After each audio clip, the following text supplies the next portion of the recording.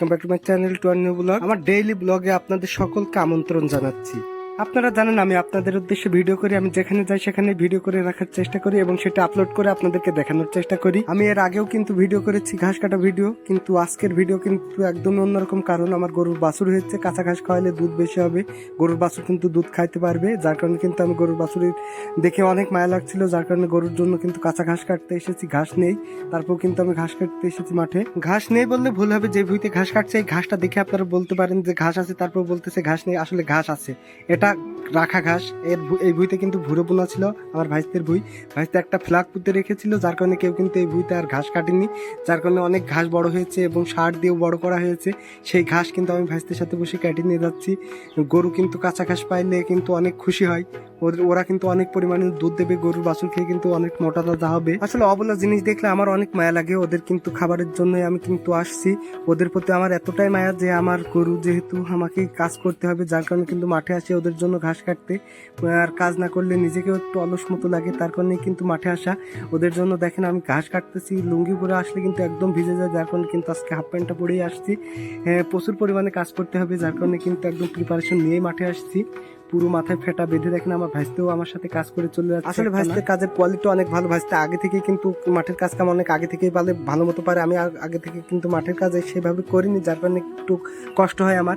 ভাইস্তে দেখেন কত সুন্দরভাবে ঘাস কেটে যাচ্ছে, কত জোরে জোরে। আসলে আমি কিন্তু অত জোরে হয়তো কাটতে পারছি না, আস্তে আস্তে কাটছি, কিন্তু ভাইস্তে কিন্তু খুব সুন্দরভাবে কাজ করতে পারে। আসলে আমরা গ্রামে থেকে মাঠের কাজ কাম যদি না পারি সেটা খুবই লজ্জাজনক। মানুষ কিন্তু অনেক হাসি ঠাট্টা করে যে মাঠের কাজ পারে না, আসলে এরকমই দেখে। আপনারা হয়তো শহরে থাকেন যারা, তারা মাঠের কাজ পারবেন না, কিন্তু আমরা গ্রামে থেকে মাঠের কাজ না পারলে খুবই লজ্জাজনক এটা।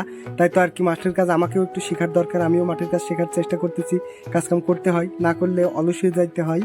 এতটা রোদ, মানে সেই রোদের কথা বলে আপনি শেষ করতে পারবো না। এই রোদের ভিতর কিন্তু একদম হাঁপসে যাচ্ছি, এত কষ্ট করেও কিন্তু কাজ করে যাচ্ছি শুধু গরু ছাগলের জন্য। এই গরুগুলো খাইয়ে কিন্তু অনেক শান্তি পাবে, যার কারণে কিন্তু কাজ করা। আমি কিন্তু পুরো কাহিল হয়ে গেছে, হাঁপিয়ে যাচ্ছি, বারবার কিন্তু হাঁপাচ্ছিলাম। ভাইস্তে কিন্তু একটানা কাজ করছিল, আমি ভাইস্তেকে সাথে করে কিন্তু পানি খাইতে যাব, কিন্তু ভাইস্তে কোনোভাবেই উঠছে না, বলতেছে একটু পরে যাবো একটু পরে যাবো, কিন্তু এদিকে আমার বুক শুকিয়ে গিয়েছে। শেষমেশ কিন্তু ভাইস্তেকে আমি রাজি করাইতে পেরেছি, ভাইস্তে এই হালা কেটে নাকি উঠে পড়বে। আসলে উঠবো করেও কিন্তু ভাইস্তে অনেকক্ষণ ধরে ঘাস কেটে যাচ্ছে। ভাইস্তের দেখা দেখি কিন্তু আমাকেও কিন্তু লেগে থাকতে হচ্ছে ভাইস্তের পাশ, তারপর কিন্তু ভাইস্তেকে রাজি করাইতে পারছি না। ভাইস্তে রাজি হচ্ছে, হয়েও যাচ্ছে না। শেষমেশ কিন্তু আর সহ্য না করতে পেরে কিন্তু চলে আসলাম। ভাইস্তেই কিন্তু আগে পানিতে কিন্তু হাত মুখ ধুতে চলে গিয়েছে এবং দেখেন মুখ বাঁধিয়ে পানি খাচ্ছে, কত সুন্দর পানি। এই রোদের ভিতরে পানি দেখলে কিন্তু মাথায় কাজ করে না, মনে হয় পানির ভিতরে নেমে যায়। বোরিং থেকে পানি উঠছে অনর্গল, দেখতেই পাচ্ছেন আপনারা যারা শহর অঞ্চলে থাকেন তারা অবশ্যই এই পানি মিস করেন, আমরা জানি, কারণ গ্রাম অঞ্চলে কিন্তু এরকম পানি পাওয়া সম্ভব। দেখেন কত ফ্রেশ পানি, একদম সুস্বাদু মিঠা পানি। এই পানি খাইলে কিন্তু জান প্রাণ একদম ঠান্ডা হয়ে যায়।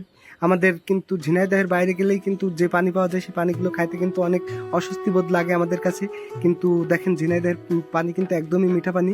যে পানি নিবারণ করে কিন্তু এখন আমরা একটু রেস্ট করার জন্য দাঁড়িয়ে গেলাম। এই পানি গায়ে পড়লে গা যেন একদম শীতল হয়ে যাচ্ছে, এরকম একটা ভাব, মানে এতটাই এখন ফ্রেশ মুডে আছি, মনে হচ্ছে এভাবে দাঁড়িয়েই থাকি পানির কুলে। আসলে পানিটা এত মজার, সেই পানির কথা বলে কিন্তু আপনাদের বোঝাতে পারবো না। আপনারা যারা দেখছেন তারা শুধু ফিলই করতেছেন এই পানিটা কত মজার। আসলে আমি এর ফিল নিয়েছি, আমি জানি এটা অনেক মজার। শেষমেশ কিন্তু আবার এসে ঘাস মাস কাটা শেষ করে কিন্তু আমরা এখন বোঝা বেঁধে ফেলেছি, বাসায় যাওয়ার পালা। দেখতে পাচ্ছেন দুটি বোঝা, এই বোঝা কিন্তু এখন আমি ভাইস থেকে মাথায় তুলে দেবো। ভাইস থেকে কিন্তু প্রিপারেশন নিচ্ছে, এটা আমার বোঝা, আর এটা কিন্তু ভাইস্তের বোঝা। আমি কিন্তু এই বোঝা তুলে বাড়ি থেকে মাথায় দিয়ে দিলাম, ভাইস্তে কিন্তু মাথায় করে বাসায় চলে যাচ্ছে। আমার বোঝা কিন্তু আমার আরেক চাচা তুলে দিবে, সেই বোঝা কিন্তু মাথায় নিয়ে এখন আমি বাসার দিকেই যাব। শেষমেশ কিন্তু আমার মাথায় বোঝা তুলে দিচ্ছে আমার ভাইস্তে, আমি এই যে বোঝা নিয়ে বাসার দিকে যাচ্ছি। আজকের ভিডিও বেশি একটা বড় করবো না, এই পর্যন্তই। আমার ভিডিও যদি ভালো লাগে অবশ্যই লাইক কমেন্ট শেয়ার করে আমার পাশে থাকবেন। আসসালামু আলাইকুম।